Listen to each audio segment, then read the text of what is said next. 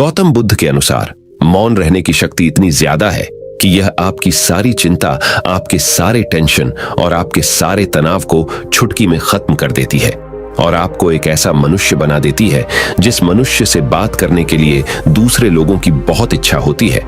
एक बार गौतम बुद्ध अपने आश्रम में अपने सभी शिष्यों को शिक्षा दे रहे थे कि दुनिया की सबसे तेज छुरी हमारी जबान है और दुनिया के सबसे खतरनाक हथियार हमारे शब्द है, जो बिना किसी का खून बहाए लोगों को अंदर ही अंदर मार सकते हैं। हमारे शब्द हमारी ताकत हो सकते हैं उसी के साथ, लेकिन यह हमारी सबसे बड़ी कमजोरी भी हो सकते हैं अगर हमें नहीं पता कि कब, कहां और क्या और कितना बोलना है। यदि हम सही समय पर सही इरादे के साथ सही शब्दों का प्रयोग करते हैं तो यह हमें एक सफल व्यक्ति बनाता है। लेकिन अगर हम सही समय पर सही इरादे से सही शब्दों का इस्तेमाल नहीं करते तो यह हमारे जीवन को नर्क से बदतर बना सकता है। तो दोस्तों, आज की स्टोरी के माध्यम से मैं आपको बताने वाला हूं कि चुप रहकर कैसे हम अपने जीवन को बदल सकते हैं।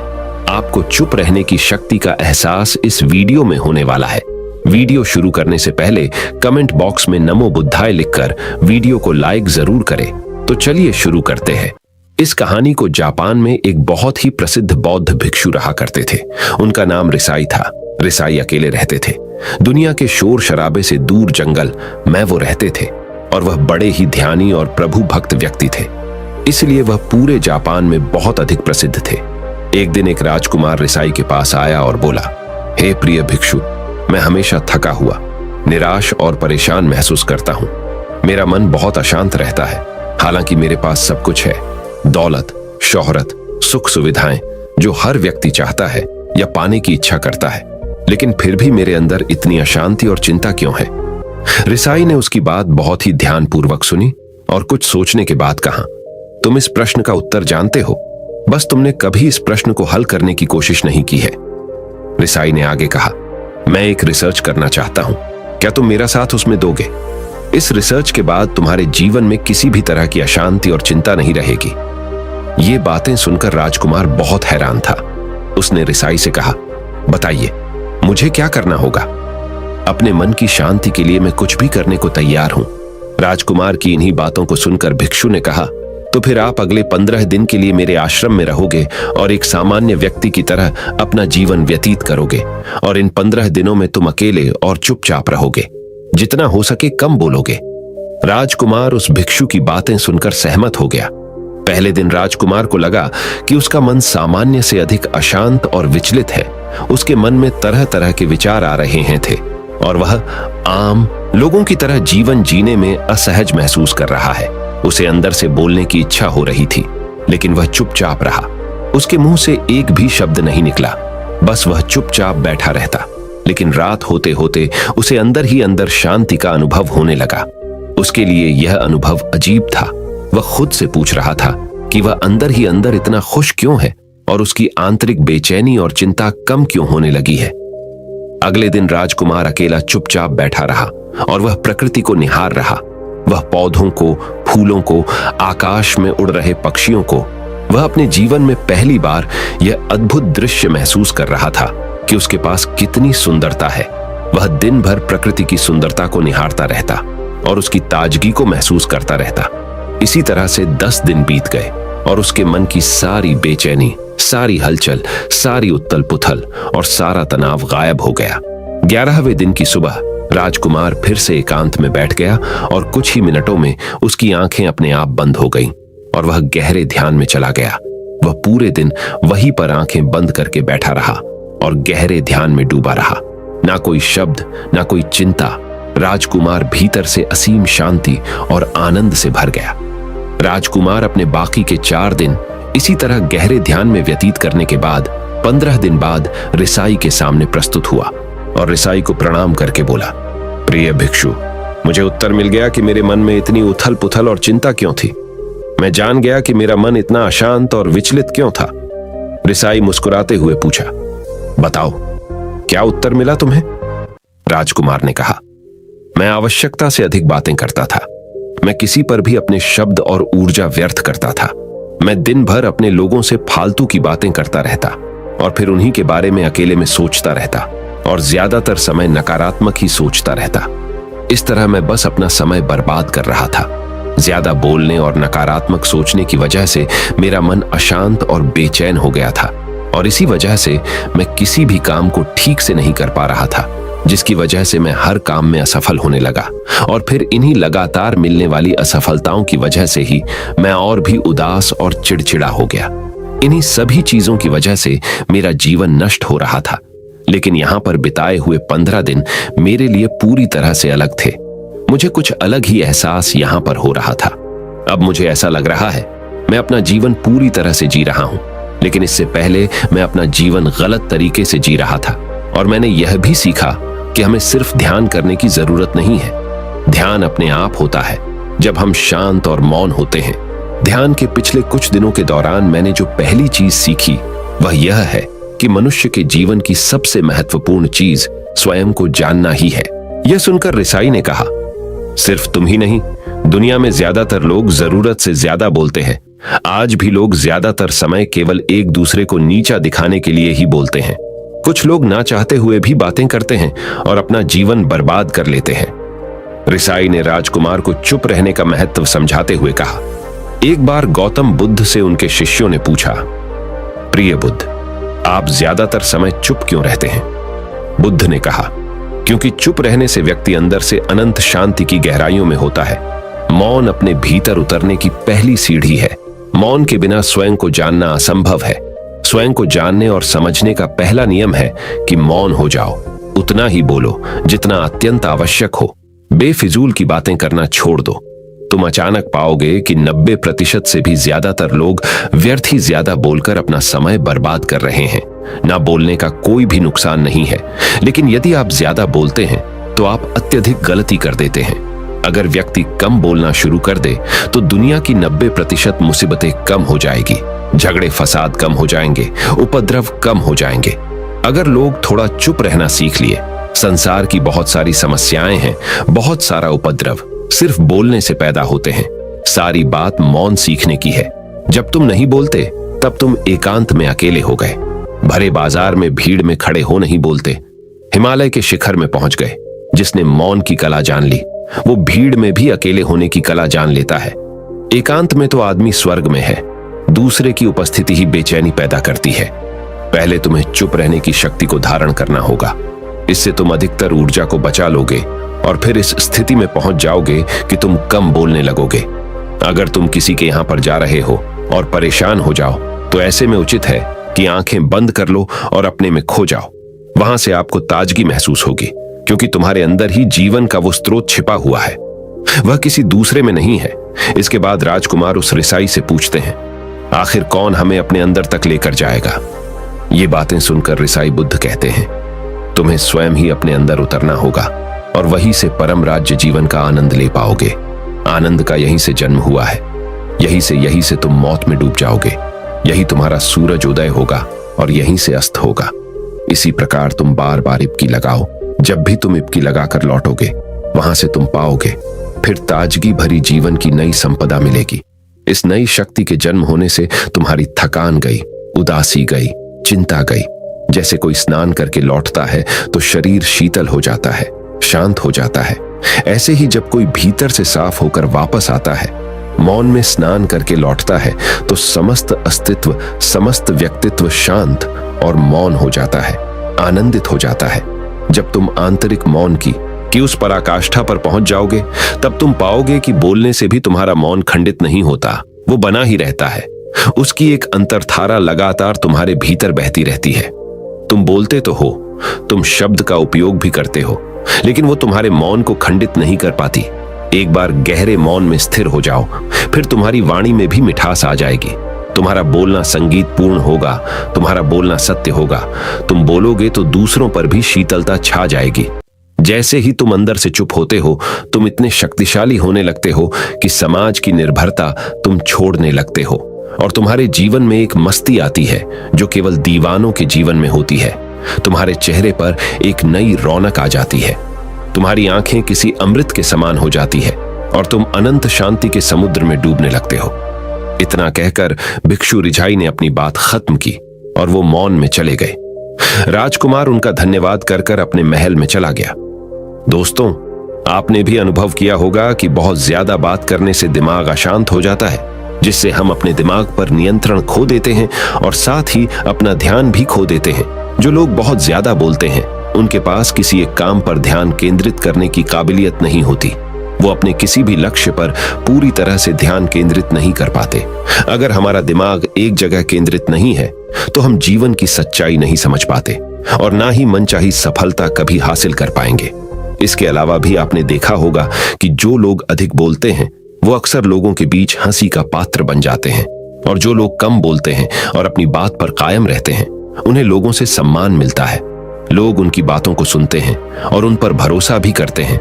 जो लोग जरूरत से अधिक बोलते हैं और अपने विचारों के बारे में पक्के नहीं होते, उनका दिमाग स्थिर और विचलित रहता है, शोर से भरा रहता है, और एक अशांत दिमाग वाला व्यक्ति जीवन में किसी भी चीज में सफल नहीं हो पाता, क्योंकि वह किसी भी काम में फोकस नहीं कर पाता।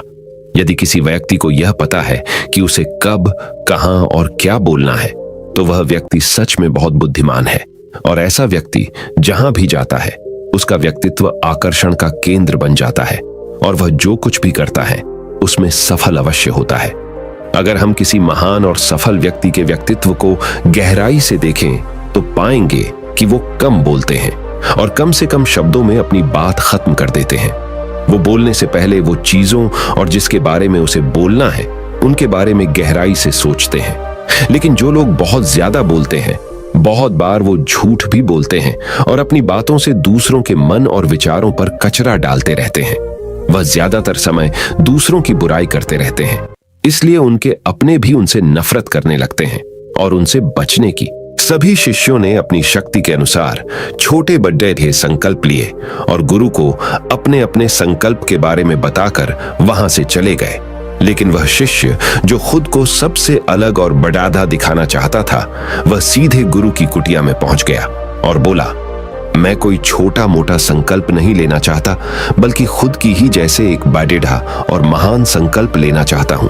कृपया आप ही बताएं, क्या संकल्प लेना चाहिए? उसकी यह बात सुनकर गुरु मुस्कुराए और बोले, क्या तुम मेरे द्वारा दिए गए संकल्प को पूरा कर पाओगे? क्या तुम्हारे लिए उसे पूरा करना संभव होगा? शायद नहीं। वह तुम्हारे लिए संभव नहीं है, तुम उसे पूरा नहीं कर पाओगे, इसीलिए तुम खुद ही कोई संकल्प ढूंढो। शिष्य ने कहा, नहीं गुरुदेव, आप जो भी संकल्प मुझे देंगे मैं जरूर उसे पूरा करूंगा। गुरु ने कहा, ठीक है, तो तुम अगले 1 महीने तक चुप रहोगे, मुंह से एक शब्द भी नहीं निकालोगे, यही तुम्हारा संकल्प है। शिष्य ने कहा, गुरुदेव, यह भी कोई संकल्प है? यह तो बहुत ही आसान है, 1 महीने तक चुप ही रहना है। आप कोई बड़ेढ़ा संकल्प दीजिए जो मेरी योग्यता के लायक हो, जिसे पूरा करने में मुझे समस्या हो। गुरु ने कहा, पहले तुम इस संकल्प को तो पूरा करके दिखाओ। शिष्य ने गुरु की बात मान ली और वह उसी समय चुप हो गया और पलटकर कुटिया से बाहर चला गया। उसे चुप रहना बहुत आसान लग रहा था। उसने एक दिन तो जैसे तैसे चुप रहकर काट लिया, लेकिन दूसरे दिन से उसके मन में ना बोलने का बोझ बढ़ने लगा। तीसरे दिन उसे भारीपन महसूस होने लगा और चौथे दिन उसके अंदर एक अजीब सी बेचैनी होने लगी, क्योंकि आसपास आश्रम के सभी शिष्य एक दूसरे से बातें कर रहे थे। वह भी अपना पक्ष उनके सामने रखना चाहता था, उनकी बोलती बंद कर देना चाहता था, लेकिन उसका संकल्प उसके आड़े आ रहा था। इसीलिए वह पूरे दिन सिर्फ मुंह और आंखें बनाता रहता। इसी तरीके से कुछ दिन और बीते और वह शिष्य बीमार पड़ीडीएच गया। उसका सिर फटा जा रहा था, उसका खाने पीने तक का मन नहीं कर रहा था, वह सिर्फ बोलना चाहता था। वह गुरु के पास गया और उनके सामने बैठकर लिखकर उन्हें बताया, गुरुदेव, मैं बोलना चाहता हूं, बिना बोले मुझे सांस नहीं आ रही, मेरा दम घुटता जा रहा है, मैं अंदर ही अंदर पागल हुआ जा रहा हूं, मैं क्या करूं? संकल्प तोड़ दूं क्या?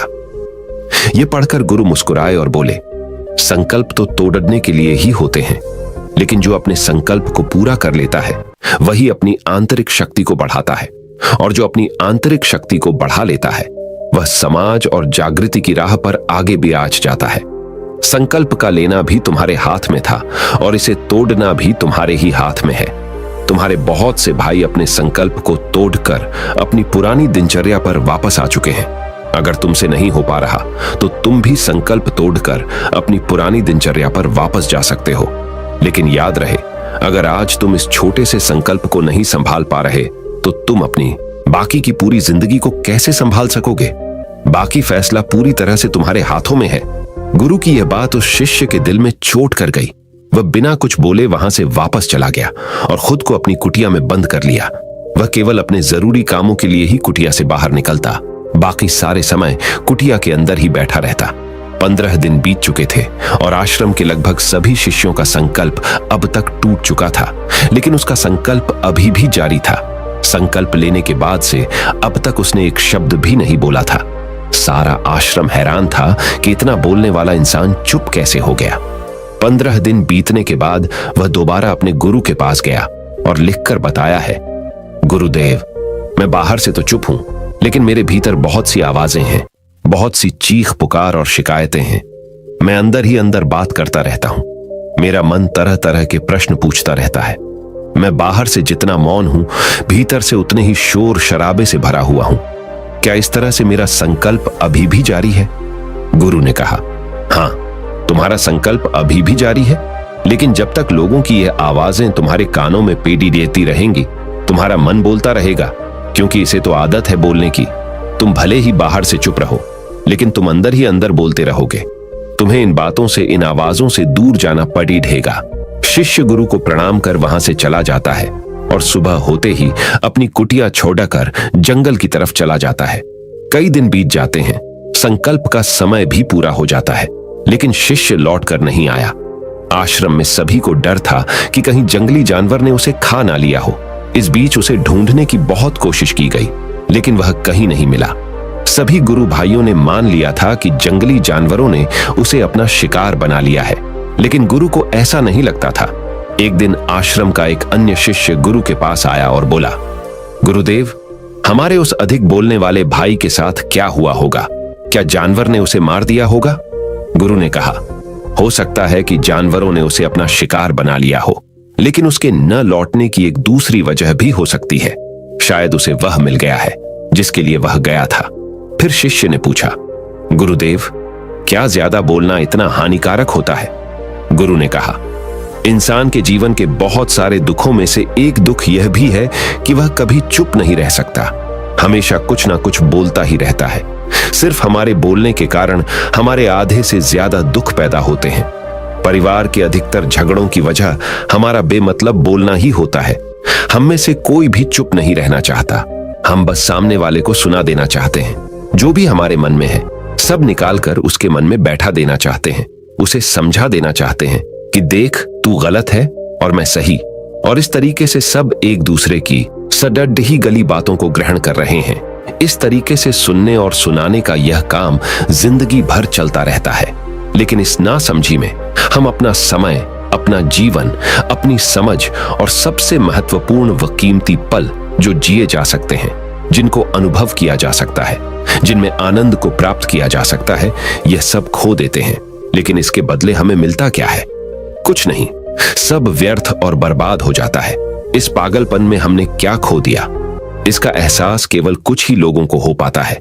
बाकी लोग जैसे उन्हें अपने आने का पता नहीं, वैसे ही उन्हें अपने जाने का भी पता नहीं चल पाता। शिष्य ने कहा, तो फिर इसका समाधान क्या है? गुरु ने कहा, पूरी जागरूकता के साथ अपने विचारों को देखना यही एकमात्र तरीका है। सारी मानसिक समस्याओं का वर्तमान में रहकर चिंतन करना, पूरी जागरूकता के साथ अपना काम करना जिंदगी में चमत्कारिक बदलाव ला देता है। उसके बाद वह शिष्य गुरु से अपने प्रश्नों का उत्तर पाकर उनको प्रणाम करके वहां से चला गया। उस शिष्य को आश्रम छोड़कर गए हुए 3 महीने का समय बीत चुका था, लेकिन उसकी कोई खबर न थी। अब तक तो सभी गुरु भाइयों ने भी उसके वापस लौटने की उम्मीद छोड़ दी थी, लेकिन एक दिन वह आश्रम लौट आता है। उसे देखकर सभी के आश्चर्य और खुशी का ठिकाना न रहा। लेकिन अब वह नहीं था जो यहां से गया था, वह कुछ और ही बनकर वापस आया था। उसके अंदर एक गजब का बदलाव महसूस किया जा सकता था। उसके चेहरे पर एक गजब का ठहराव और आंखों में बनी शांति थी। आश्रम में आते ही सभी गुरु भाइयों ने उसे चारों तरफ से घेर लिया और बातें करने लग गए। वह भी अपने गुरु भाइयों से बातें करने लगा। उससे बात करने वाले सभी ने यह अनुभव किया कि अब वह पहले जैसा उतावला और बातूनी नहीं रह गया था। उसके मुंह से एक एक शब्द बहुत ही सुलझे हुए और मधुरता के साथ निकल रहे थे। थोड़ी देर तक गुरु भाइयों से बात करने के बाद वह सीधा गुरु की तरफ चला गया। उसने गुरु के चरण छुए और कहा, गुरुदेव, क्या मैं अब भी मौन हूं? क्या अब भी मेरा संकल्प जारी है? गुरु ने कुछ देर तक शिष्य की आंखों में बड्ढे ध्यान से देखा और कहा, हां, तुम अब भी मौन हो। तुम्हारे मुंह से एक भी शब्द निकल नहीं रहा और तुम्हारा संकल्प अभी भी जारी है। शिष्य ने कहा, गुरुदेव, जब मैं आश्रम से गया तो मैं मुंह से तो चुप था, लेकिन मेरे अंदर बहुत सी आवाजें थीं, मन में बहुत से प्रश्न थे और वह बंद नहीं हो रहे थे। तो मैं जंगल में चला गया, इस उम्मीद से कि वहां मुझे शांति मिलेगी और मेरे मन की बकबक कम हो जाएगी। लेकिन मैं जितना एकांत में जाता गया, मेरे अंदर की आवाज उतनी ही तेज होती गई। मेरे भीतर की पुरानी से पुरानी आवाज मुझे सुनाई देने लगी। तब जाकर मैंने महसूस किया कि मैं कितना गलत कर रहा था। जब मैं अपने परिवार वालों, दोस्तों को और गुरु भाइयों को बुरा भला कहता था, तो उस समय मुझे लगता था कि मैं सही कह रहा हूं। जब मैं गुरु भाइयों की एक दूसरे से चुगली करता था और उनका मजाक बनाता, तब भी मुझे यही लगता था कि मैं उनसे बेहतर हूं और मैं सही कर रहा हूं। लेकिन उस दिन मैंने पहली बार महसूस किया कि मैं कितना गलत बोलता था। काफी दिनों तक ये आवाजें, ये शिकायतें मेरे अंदर चलती रही, लेकिन धीरे धीरे करके एक दिन ये सारी आवाजें मेरे अंदर से समाप्त हो गई। अब मैं भीतर से भी मौन हो गया। उस घने जंगल में बाहर से कोई बोलने वाला था नहीं और भीतर कोई आवाज बची ही नहीं थी, और मैं उस दिन पहली बार मौन का सही अर्थ समझा। मेरे चारों तरफ बहुत शांति थी। हालांकि अभी भी कुछ आवाजें आ रही थी जो पहले भी आती थी, लेकिन मैं उन्हें सुन नहीं पाता था। पर अब वह सभी आवाजें मुझे स्पष्ट रूप से सुनाई दे रही थीं। हवा के चलने की आवाज, चिड़ियों के चहकने की आवाज और पानी के बहने की आवाज, ये सभी आवाजें मैंने पहली बार पूरे होशपूर्वक सुनी। अपने चारों तरफ इतनी शांति मैंने पहले कभी महसूस नहीं की थी। तो इस शांति को भंग करने के लिए मैंने पहली बार अपने मुंह से कोई शब्द निकाला। मैं चिल्लाया, हे ईश्वर, ये कैसी शांति है? सभी कुछ इतना शांत क्यों है? ऐसा क्या हो गया? लेकिन मेरे चिल्लाने के बाद भी शांति भंग नहीं हुई। सब कुछ पहले जितना ही शांत था, बाहर भी और भीतर भी। हे गुरुदेव, मैंने अपने गुरु भाइयों से बात की, मैंने आपसे बात की। मैं बोल रहा हूं, मैं चल रहा हूं, मैं सब कुछ देख रहा हूं, लेकिन मैं अपने भीतर एकदम एकांत में हूं, मौन में हूं। भीड़ डैच में होता हूं, तब भी भीतर से अकेला एकांत में होता हूं। जब मैं खुद में भी शोर करना चाहता हूं, तब भी एकांत में ही होता हूं। अब सब दिखाई पड़ी डाहने लगा है, सब सुनाई पड़ी डाहने लगा है। गुरु ने कहा, जब तक हम बाहर की तरफ बोलते रहेंगे, भीतर अशांति ही रहेगी। लेकिन जिस दिन हम भीतर की तरफ मुड्डाह जाएंगे, तब हमारे मुंह से कुछ भी निकलेगा, हम शांत ही रहेंगे। दुनिया में जितनी भी बुराइयां हैं, ज्यादातर हमारे बोलने से ही उत्पन्न होती है, क्योंकि हम चुप रहना नहीं चाहते। हम जितनी जरूरत है उससे कहीं ज्यादा बोलते हैं। हम सामने वाले को सुनना नहीं चाहते, बल्कि उसकी बोलती बंद कर देना चाहते हैं। उसे समझा देना चाहते हैं कि मैं कौन हूं, मैं क्या कर सकता हूं। और यही हमारी जिंदगी का मकसद बनकर रह जाता है। हमारी सारी ऊर्जा व्यर्थ के बोलने में बर्बाद होती रहती है। ऐसे ही समाज में लोगों का जीवन दुखों से भर जाता है, जो हमेशा एक दूसरे को सुनाने में लगे रहते हैं। कभी एक दूसरे को सुनना नहीं चाहते, समझना नहीं चाहते, और चुप रहना तो उन्होंने कभी सीखा ही नहीं, क्योंकि चुप रहना उन्हें छोटा महसूस करवाता है। दुनिया की सभी लड़ाइयों का कारण हमारा बोलना ही है। इसलिए हमें सिर्फ उतना ही बोलना चाहिए जितना जरूरी हो, क्योंकि व्यर्थ का बोलना ऊर्जा को नष्ट करना है, और यह बोलना ही हमें कभी अपने भीतर की ओर लौटने नहीं देता, क्योंकि यह हमें बाहर की ओर खींच कर रखता है। और बाहर है ही क्या इस संसार के अलावा। लेकिन अगर अपने भीतर के संसार की ओर मोड़ना है, तो इस मुंह को बंद ही रखना चाहिए। इसीलिए जितने भी बुद्ध हुए, आत्मज्ञानी हुए, वह सभी एकांत की ओर भागे, ताकि उन्हें ज्यादा न बोलना पड़ी डेहे, ज्यादा सुनना न पड़ी डीहे। वह एकांत में रहे और शांत रहे, इसीलिए आसानी से भीतर की यात्रा कर पाए। लेकिन अगर कोई चाहे तो इस संसार में रहकर भी एकांत में रह सकता है, शांत रह सकता है। लेकिन इसके लिए उन्हें अपनी ऊर्जा बचानी होगी, जिसे वह अब तक अपने व्यर्थ के शब्दों में बर्बाद कर रहे थे। दोस्तों, इस कहानी की सीख यही है कि व्यर्थ का बोलना ऊर्जा को नष्ट करना है। ज्यादा और व्यर्थ बोलना ही हमें अपने भीतर की ओर लौटने नहीं देता, क्योंकि यह हमें बाहर की ओर झुकाए रखता है। और जिन्हें भीतर की यात्रा करनी है उन्हें अपने मुंह को बंद ही रखना चाहिए। मुझे उम्मीद है कि आपको यह कहानी पसंद आई होगी और काफी कुछ सीखने को मिला होगा। कहानी के बारे में अपने विचार आप हमें नीचे कमेंट बॉक्स में कमेंट करके बता सकते हैं। नमो बुद्धाय।